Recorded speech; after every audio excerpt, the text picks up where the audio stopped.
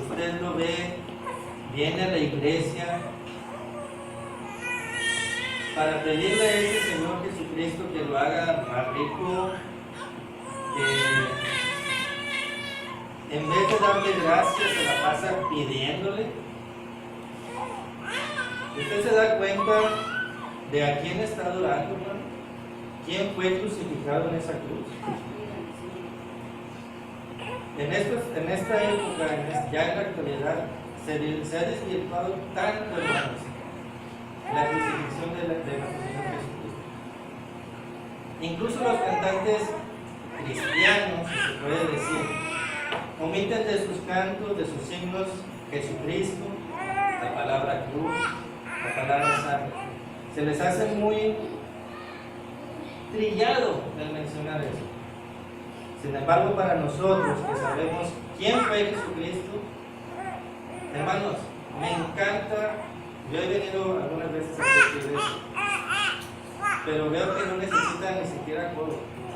Sus voces se llenan esta iglesia muy bonito. Gloria a Dios. Pienso que ustedes, gracias a nuestros pastores, tienen una noción de quién es ese Cristo. Aleluya. Amén. Hermano, en la época de Jesucristo, también era una práctica que a las personas que crucificaban no las ponían en alto, las ponían a ras casi de suelo, a la altura promedio de los hombres, para que quien quisiera se les daba un momento dado para que pasaran, ya sea que lo insultaran, lo abofetearan, lo escupieran, cualquier maltrato que ellos quisieran darle a esa persona crucificada estaba permitido. También, para vergüenza de ellos, no estaban con alguna ropa, estaban desnudos. Jesucristo llevó mayor vergüenza todavía. Él no solamente estaba desnudo, él fue puesto aún más arriba. Eso indicaba para ellos, en su cultura, que era una persona aún más despreciable. Y la pusieron en un lugar un poco más alto para que la vieran desde todas partes a esa persona, a ese Jesucristo. ¿Se dan cuenta entonces por qué para los judíos era una locura? Y luego también para los gentiles. Hermanos, en Mateo capítulo 10, 37 está un pasaje, está un hecho en el cual se le pide a una persona que le ayude a cargar la cruz a nuestro Señor Jesucristo. ¿Lo recuerdan? Era un sentido profético, hermanos. También nosotros en la actualidad debemos de llevar nuestra cruz. Debemos de cargar nuestra cruz. Hay quienes aligeran tanto el término cruz, hermanos. Hay quienes dicen que su cruz es el trabajo. Hay quienes dicen que su cruz es la suegra.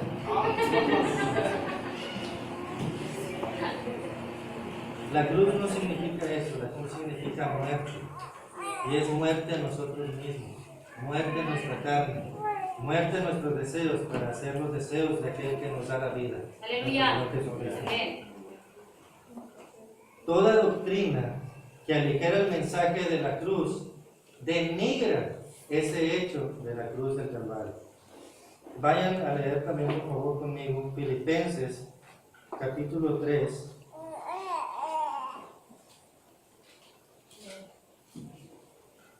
Versos 17, 18 y 19.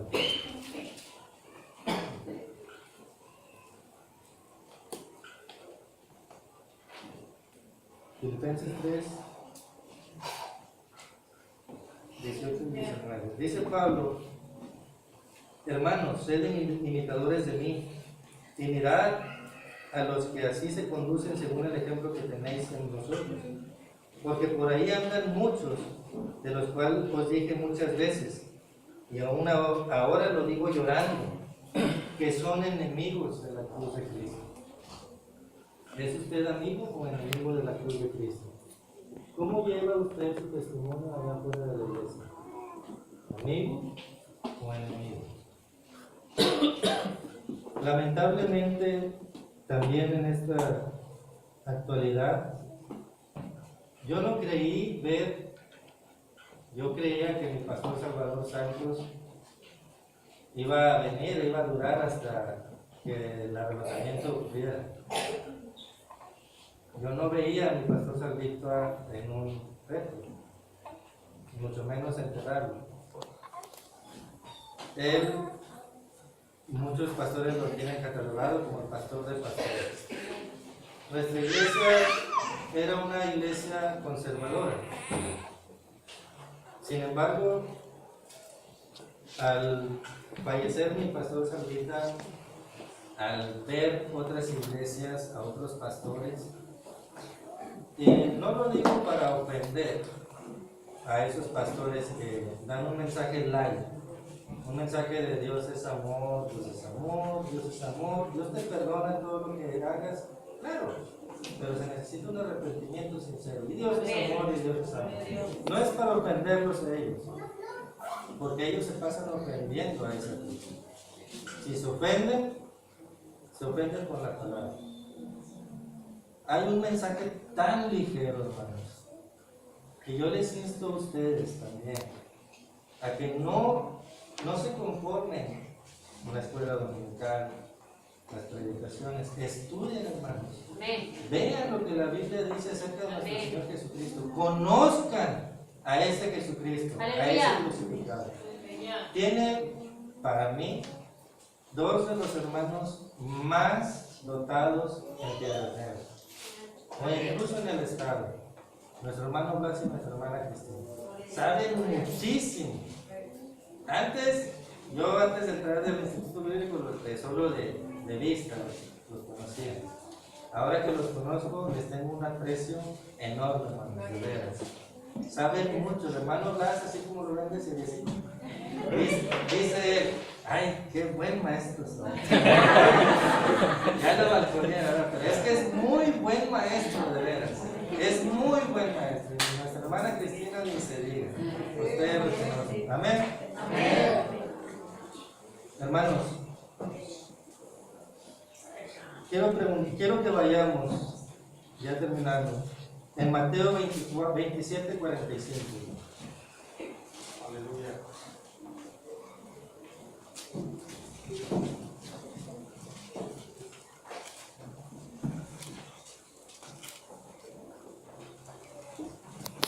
Mateo 27, 45.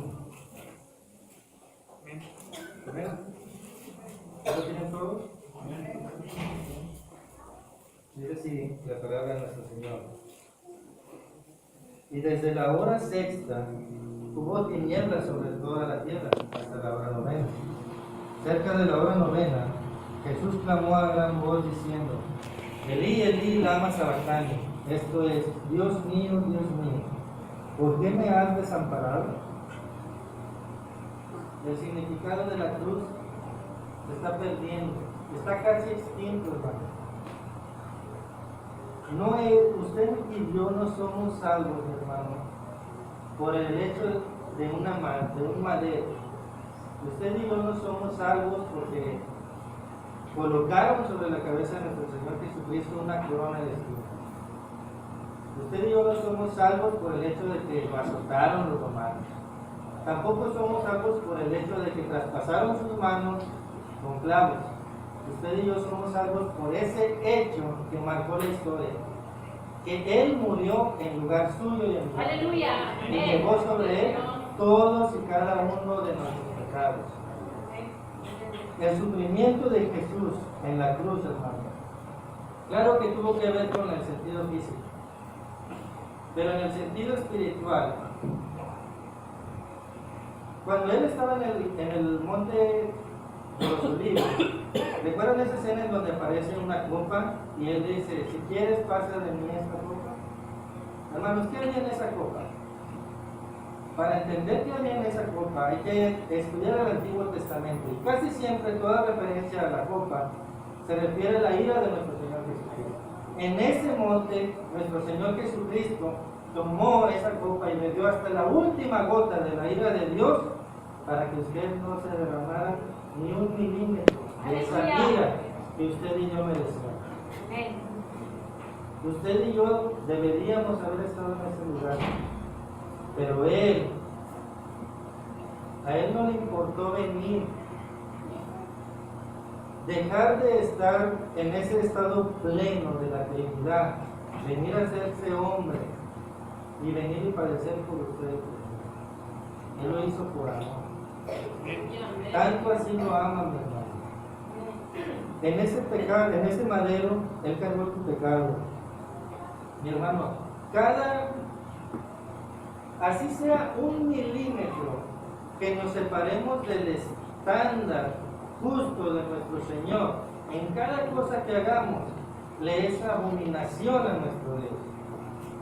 Cualquier cosa, cualquier pecado, cualquier desobediencia, cada cosa, cada transgresión, cada iniquidad que has cometido a los ojos del Dios Todopoderoso, Él lo cargó sobre sus hombros. Y es por eso que Él exclamó: Elí, Elí, lama sabactani, Dios mío, ¿por qué me has desamparado? En ese momento que nuestro Señor Jesucristo estaba entregando la vida por usted y por mí, el Dios Padre derramó toda su ira sobre su Hijo, porque no podía mirarlo directo. Nuestro Dios es tan santo, tan puro, tan recto, tan blanco, que toda su ira tuvo que ser descargada sobre su Hijo. Nuestro Señor Jesucristo llevó en Él nuestros pecados. Y ojo, es sobre Él, no en Él. Él nunca cometió pecado. Y es por eso que Él era y tenía que ser Él el único sacrificio perfecto para calmar la ira de nuestro Señor Jesucristo. Y que usted y yo podamos tener acceso libre a nuestro Señor y Dios. Mi hermano, Él no murió bajo la ira de los hombres.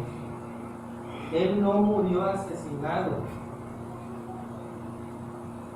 Abstengámonos de decir: pobrecito, todo lo que le hicieron. Ese no era el sentido de la copa. Un Jesucristo miedoso. No, hermano. Él era todo un guerrero. Él era Dios encarnado. Tanto así que vino a tomar su lugar en mi lugar. ¿Y sabe para qué? Para que no tengamos que hacer más sacrificios. Para que solamente por fe, que predicando a ese Señor Jesucristo, esa locura de la cruz, hermano, que muchos allá afuera, vecinos de aquí, ni siquiera creen, que tienen por costumbre el Viernes Santo. Ay, sí, Viernes Santito, ni siquiera se trabaja. Hay quienes hasta como sacrificio, ni siquiera comen carne. Válgame. ¿Se dan cuenta lo desvirtuado que está la crucifixión? Hermano, es su deber y es mi deber enseñarles y decirles que el Cristo crucificado, así como le perdonó a usted, también nos puede perdonar.